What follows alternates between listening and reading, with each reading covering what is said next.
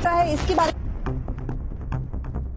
47.55% voting हुई है। जाहिर तौर पर जिस तरीके से वोट प्रतिशत 3 बजे तक अमेठी में करीब 45%, बादा में दोपहर 3 बजे तक 48.08, बाराबंकी में 55.35% मतदान। फैजाबाद की बात करें 3 बजे तक करीब 48%, फतेहपुर में 47% के करीब मतदान। वहीं गोंडा की बात करें तो 3 बजे तक 43.23% वोटिंग हो चुकी है। हमीरपुर में 3 बजे तक 48.87%। जालौन की बात करें तो दोपहर 3 बजे तक 46.22% वोटिंग और झांसी में दोपहर 3 बजे तक 52.53% वोटिंग हुई है। कैसरगंज में दोपहर 3 बजे तक 40.01%। तो कौशाम्बी की बात करें 3 बजे तक 43.01% वोटिंग हुई है। लखनऊ में दोपहर 3 बजे तक 41.90% वोटिंग। मोहनलालगंज में दोपहर 3 बजे तक 51.08% मतदान। रायबरेली में दोपहर 3 बजे तक 47.83% मतदान। यानी कि जिस तरीके से देखे बाराबंकी और झांसी में बेहतर मतदान, बाकी 50% से नीचे कम 12 लोकसभा सीटों पर मतदान अभी तक।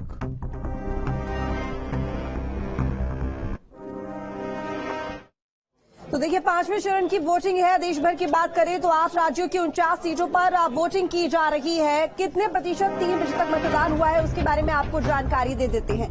देखिए अगर पूरे देश की बात की जाए तो देश भर में दोपहर 3 बजे तक 47.53% वोटिंग हुई है। वहीं अगर बिहार की बात करें तो बिहार में दोपहर 3 बजे तक 45.33% मतदान हुआ है। जम्मू और कश्मीर में 44.90% मतदान हुआ है। झारखंड में दोपहर 3 बजे तक 53.90% मतदान हुआ है। वहीं लद्दाख की अगर बात करें तो लद्दाख में दोपहर 3 बजे तक 61.26% मतदान पहुंचा है। महाराष्ट्र में सबसे कम मतदान हुआ है 38.77%। इसके साथ ही ओडिशा की बात की जाए तो दोपहर 3 बजे तक 48.95% मतदान हुआ है। वहीं पश्चिम बंगाल में दोपहर 3 बजे तक 62.72% मतदान हुआ है। आपको बता दें कि पश्चिम बंगाल हर चरण में सबसे आगे वोटिंग को लेकर रहा है। और अभी की बात की जाए यानी कि 5वें चरण की भी अगर बात की जाए तो पश्चिम बंगाल में सबसे ज्यादा वोटिंग प्रतिशत है 62.72%। वहीं अगर हम महाराष्ट्र की बात करें, महाराष्ट्र जहां पर तमाम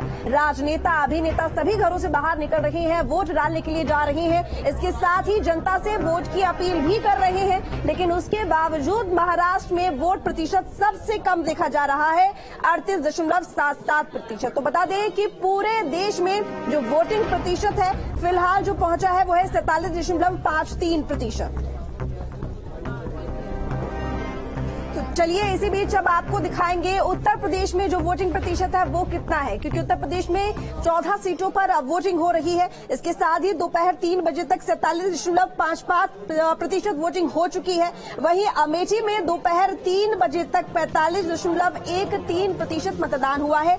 अमेठी वीआईपी सीट है। स्मृति ईरानी जो कि इस बार चुनाव लड़ रही हैं, इनका तीसरी बार का चुनाव, एक बार वो हार गई थी, दूसरी बार 2019 में वो जीती हैं और एक बार फिर से। लेकिन अगर हवा की बात की जाए, रुख की बात की तो जाहिर है कि स्मृति ईरानी के पक्ष में माहौल दिख रहा है। देखने वाली बात होगी कि परिणाम क्या आता है। लेकिन आगे बांदा की बात करते हैं। दोपहर 3 बजे तक 48.08% वोटिंग हुई है। वहीं बाराबंकी जहां पर सबसे ज्यादा वोटिंग प्रतिशत आ रहा है सामने, 55.35% वोटिंग बाराबंकी में हुई है। फैजाबाद की बात करें तो दोपहर 3 बजे तक 48.66% वोटिंग हुई है। फतेहपुर में 47.25% वोटिंग हुई है। गोंडा में दोपहर 3 बजे तक 43.23% वोटिंग हुई है। हमीरपुर में दोपहर 3 बजे तक 48.87% वोटिंग हुई है। गर्मी बहुत ज्यादा है, हालांकि फिर भी लोग घरों से बाहर निकल रहे हैं वोट डालने के लिए। जालौन की बात करें तो दोपहर 3 बजे तक 46.22% वोटिंग हुई है। वहीं झांसी में दोपहर 3 बजे तक 52.53% वोटिंग हुई है। कैसरगंज में 46.01% वोटिंग हुई है। वहीं कौशाम्बी में दोपहर 3 बजे तक 43.01% वोटिंग हुई है। और बात की जाए लखनऊ की, जहां पर वोट प्रतिशत 41.90% है। लखनऊ में सबसे कम वोट प्रतिशत देखा जा रहा है, 41.90%। मोहनलालगंज की बात करें तो दोपहर 3 बजे तक 51.08% मतदान हुआ है। वहीं रायबरेली में दोपहर 3 बजे तक 47.83% वोटिंग हुई है। हालांकि 5वें चरण का चुनाव है, उम्मीद जताई जा रही है कि पिछले जितने भी 4 चरण जो हुए हैं उनसे ज्यादा वोट प्रतिशत रह सकता है। लेकिन देखिए, ये तो शाम को ही पता चलेगा कि वोट प्रतिशत कितना रहा है। लेकिन सबसे आगे बाराबंकी वोट प्रतिशत में है, वहीं लखनऊ सबसे पीछे है वोट प्रतिशत में। तो चलिए अब आपको बताते हैं कि अगर देश की बात की जाए तो वोट प्रतिशत कितना है। तो देखिए, 8 राज्यों की 49 सीटों पर वोटिंग जारी है। देश भर में दोपहर 3 बजे तक 47.53% मतदान हुआ है। तो बता दें आपको कि बिहार में दोपहर 3 बजे तक 45.33% मतदान हुआ है। और वहीं जम्मू कश्मीर में दोपहर 3 बजे तक 44.90% मतदान हुआ है।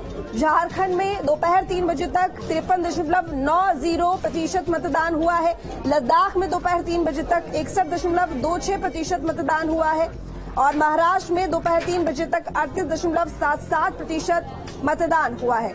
वहीं ओडिशा में दोपहर 3 बजे तक 48 तरीके का मौसम रहा है और जिस तरीके से दोपहर में कुछ समय तक मतदाता कम संख्या में घरों से बाहर निकले। हालांकि ये भी दिखाना चाहेंगे ताजी तस्वीरें कि किस तरीके से मतदाताओं का एक बार फिर से मतदान केंद्रों पर पहुंचने का सिलसिला शुरू हो गया है, क्योंकि शाम का वक्त है, थोड़ा सा तापमान कम हुआ है। तो उम्मीद ये की जा रही है कि अगले जो 2 घंटे हैं उनमें बड़ी संख्या में मतदाता मतदान केंद्रों पर पहुंचेंगे और जो वोटिंग परसेंटेज है वो 55% के आसपास हो सकता है।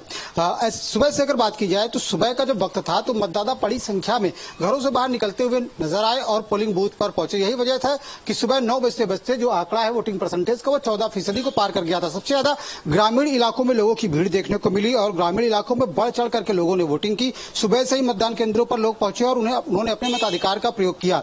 वहीं अगर जिले भर की बात की जाए तो कुछ छुटपुट घटनाएं भी यहाँ पर हुई। खासकर एक बड़ी घटना तब सामने आई जब साध्वी निरंजन ज्योति ने एक गंभीर आरोप लगाया कि उनके ऊपर एक केंद्र पर जहां पर उन्हें सूचना मिली थी कि झगड़ा हुआ है और वो वहां पर पहुंची थी तो उस पर सपाइयों ने उनके ऊपर हमला कर दिया। अगर उनके साथ उनके सिक्योरिटी गार्ड ना होते तो उनके साथ कुछ अनहोनी भी हो सकती थी। उन्होंने यह आशंका जताई। हालांकि पुलिस अधिकारियों ने इस बात का खंडन किया और उन्होंने कहा कि मामूली झगड़ा था और ऐसी कोई बात नहीं थी कि जानलेवा हमले जैसी बात बनती। लेकिन साध्वी निरंजन ज्योति ने बताया कि ऐसा लग रहा था मानो हालात पश्चिम बंगाल जैसे हो, ये चुनाव पश्चिम बंगाल में हो रहा हो, न कि उत्तर प्रदेश में हो रहा हो। इसी तरीके से कुछ इलाके ऐसे रहे जहां पर लोगों ने वोटिंग का बहिष्कार किया, सड़क न होने की वजह से वोटिंग का बहिष्कार किया।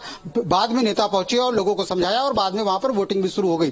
तो कुल मिलाकर कहा जा सकता है कि अभी तक शांतिपूर्वक तरीके से मतदान चल रहा है। केवल बड़ी घटना जो साध्वी निरंजन ज्योति ने बताई कि उनके साथ में हुई है, उसके अलावा शांतिपूर्वक मतदान चल रहा है और उम्मीद यही की जा रही है कि जो मतदान का प्रतिशत क्लोजिंग होते होते 55% को पार कर जाएगा, जो कि पिछले बार से ज्यादा होगा। बताया जा रहा है कि पिछली बार 52-53% मतदान हुआ था और इस बार ये परसेंटेज इससे ज्यादा हो सकता है। हालांकि अगर मुकाबले की बात की जाए तो यहाँ पर सीधा मुकाबला सपा के नरेश उत्तम पटेल और बीजेपी की साध्वी निरंजन ज्योति के बीच में देखने को मिल रहा है, जो कि कैबिनेट में राज्य मंत्री भी है, केंद्र में राज्य मंत्री भी है।